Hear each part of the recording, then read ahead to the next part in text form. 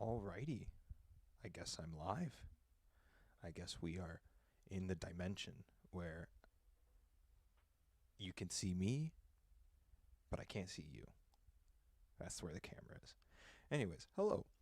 What is up? My name is Melvin, and welcome. Still getting used to this. Still getting used to the style of all this, and just kind of getting into the zone. Because there are moments where I get really, really excited to do something like this. To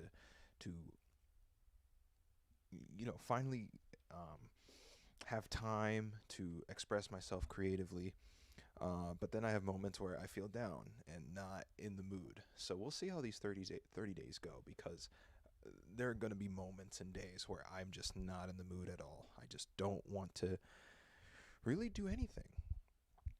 Um, but hopefully I can get past that. So I got some coffee to kind of help boost my mood a little bit. Mm. All right. Delicious. Mm-mm. All right, so let's just get with the main news, and I'm I'm gonna be honest. The only reason why I put the news in there in the first place is just so there's something there, so someone can click on something and be interested. And now my cat wants to leave, so now I have to open the door for him. Uh, yeah, I gotta open the door for him. All right, give me one quick sec.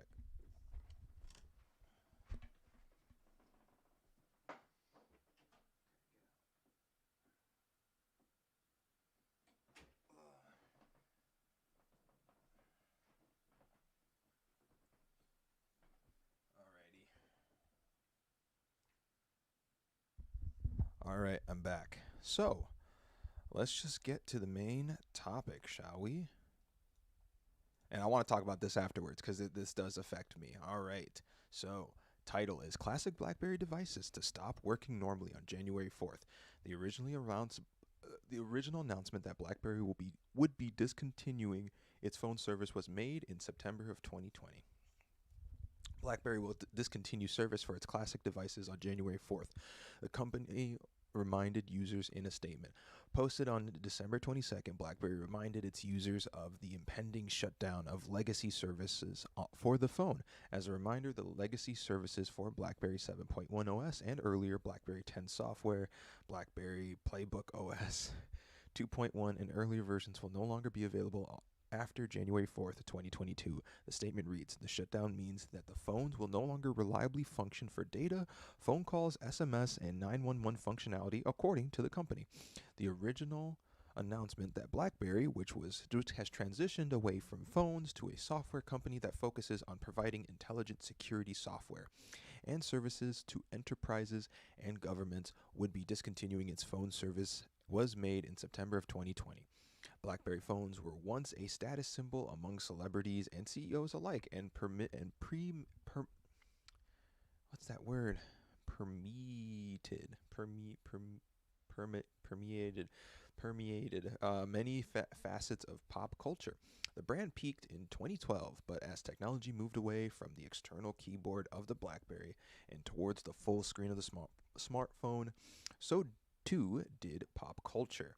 So the reason why I wanted to talk about this was because I actually was a BlackBerry user. A BlackBerry was the first phone I ever had, and that was because my uncle had a BlackBerry, and then when he got a new one, he essentially gave me his, and that was essentially my first kind of smart. In a way, BlackBerry was one of the first smartphones ever created. It didn't have the title, but it was a phone that worked a lot like a computer. Sure, it's the computer programming itself in the phone was very basic, but you could send emails, you could go on YouTube. Theoretically, the YouTube app was hot garbage. It was really, really bad, but I did manage to watch some movies that were put onto YouTube not legally, and I was able to watch it. So I remember one time um, I was on a road trip and I watched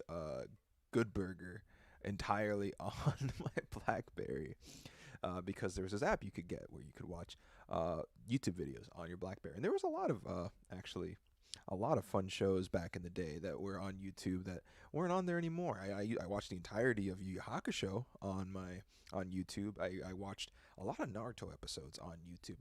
I actually didn't realize how far ahead Japan was when it came to making Naruto. That it, in America they were hyping up like these new episodes, but then like Japan already had like a bunch of these episodes already. So it's one of those crazy things to me just to think about. But that's your clickbait for the day because I essentially just want to talk about other things. So essentially, you know, as I continue moving forward with live streaming, I guess I just want to talk about my position on live streaming because it's not as simple. So I've always wanted to live stream as ever since I've seen Let's Players. I've always loved the idea of live streaming because it's essentially just playing a video game in front of an audience. That's essentially what it is. And it feels more, at least in my head, it sounds like a more laid back type of approach, a more calmer, simpler approach where I'm essentially interacting with an audience as I'm playing a video game. And that just sounds really, really cool. But I've never really been into watching that kind of stuff. Never been really into watching live streams. I just don't think, at least the majority of Twitch videos I've seen, just don't really interest me because I have less and less time to do things. I have less and less time to really do the things, like at least leisurely things, like play video games. I can't remember the last time I finished a video game. I think man, I really don't. Yeah, I don't know. I can't remember the last video game I have beaten. I think it's Danganronpa 2. I think it's probably that one. But yeah, I've just never found a live stream to get into. I just really don't have a lot of time to watch live streams. I really want things. But I think live streams can go a lot farther. I think they can go a lot bigger, a lot more extravagant, especially with how much money is in live streaming. And I have seen live streams get better. Like I've seen, people are cooking live streams. People are, creating these 3D characters that they can control in a live stream. There's a lot of cool things people are doing, but I think we can go higher. We can keep going better. We can, essentially, I think the thing people are missing with live streams is that they some of them have the same budget as TV shows, but they don't want to take advantage of that and do super cool and awesome things. People just kind of want to stay in their comfort zones. They want to stay in their house. They want to just play video games because that's what people want to see happen. And I understand that. That's what the audience wants. But I think people can take it a lot farther. And I hope that if I continue trying out live streams and just seeing where things go, then hopefully maybe it could transition into some sort of TV show, something where there is variety, something where there people can have creative freedom on the show, like something just cool and exciting, something that's not just the same old thing for the sake of monotony and profit. Hopefully someone can use the power of live streams to go and innovate something that even TV won't do, because it is cool that you can just kind of go online, swear, have these different kinds of sponsorships that are still willing to sponsor you, even though you're not, the typical Hollywood Joe Schmo. So I don't know. I see a lot of potential in it, and I hope that I can continue finding new ways to sort of entertain you guys. And yeah, it's one of those things that I kind of wish I kind of stuck with, but it's really hard for me to stick with anything. My mind always wants to switch to the next thing. I'm always a slave to however I'm feeling. I go with whatever I'm feeling. And honestly, the reason why I did this project in the first place was because on the 31st, I thought it was a good idea.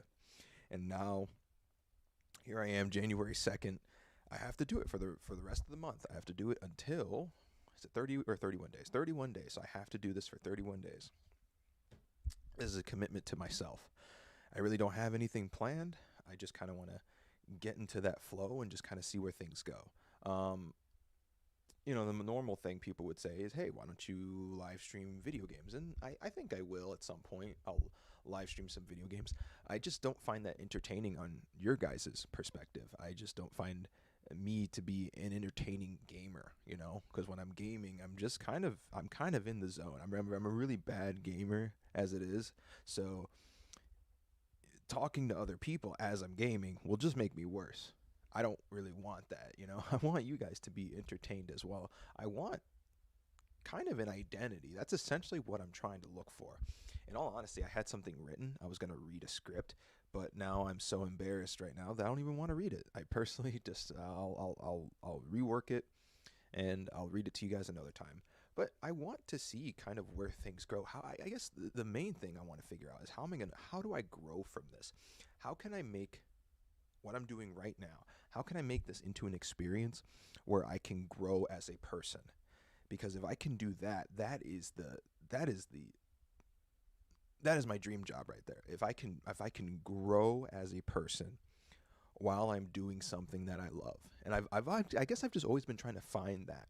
I haven't found that yet. I thought making videos would be that, but it hasn't yet. It hasn't been that sort of thing that I love doing, and I feel like I grow as a person. I don't know, it feels more and more like a chore just because I have to edit, like I have to put so much work into each videos. At least it's just how it feels. But who knows, 2022, new year, new amazing, awesome year. So let's keep it going, all right? Let's keep the positivity flowing. Because I do think that while, you know, I feel like if we can keep the positivity going, that 2022 will definitely be a better year than 2021 and 2020 and all those years we've been having. Because honestly, I just feel exhausted after those 2 years. I feel exhausted personally. Um, so it's my day off today. So I'm hoping what I can do with the rest of the day. First thing I want to do, I want to finally finish editing that video I've been editing. So there's a first Untitled Smorgasbord. I still haven't finished editing the second one. It's almost done. I think actually, no, it's really close to being done. So it actually might come out today, and I hope it does because I was planning on releasing that a long time ago. Hopefully today is the day where I finally do it. Next thing I want to do is just figure out more live streaming ideas and concepts for you guys. I don't want them to just kind of be your regular fodder, something you can get from other content creators. I think this is the year where I need to find a way to stand out, to have an identity. And I'm hoping this project brings that out. I hope that I don't have to be afraid of expressing myself on the internet. Because honestly, I have been more scared of doing that ever since just kind of cancel culture just came out, and not because there's anything necessarily about me that could be canceled, but just because the internet, when they want to attack you, it's scary. It's really scary. But I love the internet. I love it. I love everything about it. I love so many things about the internet, and I shouldn't say everything, but there's so many things about it I love and that I enjoy. And I don't want that love to be tarnished. So that's kind of what scared me to make content from time to time, is that I'll have opinion about something and then get attacked and vilified for. And with today in the modern age, it seems like it can be for anything. It could be about anything at any time. It's very weird, very strange. So yeah, I don't know. And I hope honestly you guys will get to know me better. I feel like, even though people, I understand, separating your personality from who you are on the internet. But at the same time, I do genuinely feel like people are just not getting to know more people as the years go on. We're hiding behind being online, Discord, just kind of those things. One-to-one interaction is sort of dying. Getting to know people in person whether it's an awkward interaction or whether it's awkward or you say everything correctly, that sort of interaction is dying in a way.